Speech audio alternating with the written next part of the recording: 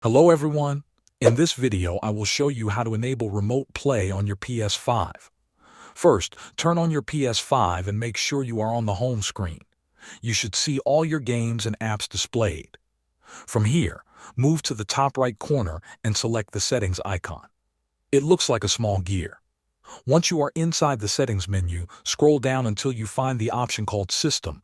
Select it to open more options. Inside the System menu, look for Remote Play. It should be listed among the available settings. Go ahead and select Remote Play to continue. Now you will see the main Remote Play settings screen. The most important option here is called Enable Remote Play. You will notice a toggle switch next to it. If it is turned off, simply select it once to turn it on.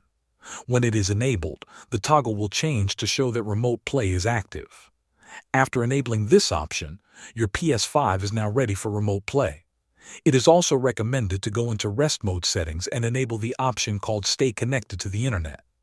This will allow your PS5 to remain accessible for remote play even when you are not using it. Thanks for watching.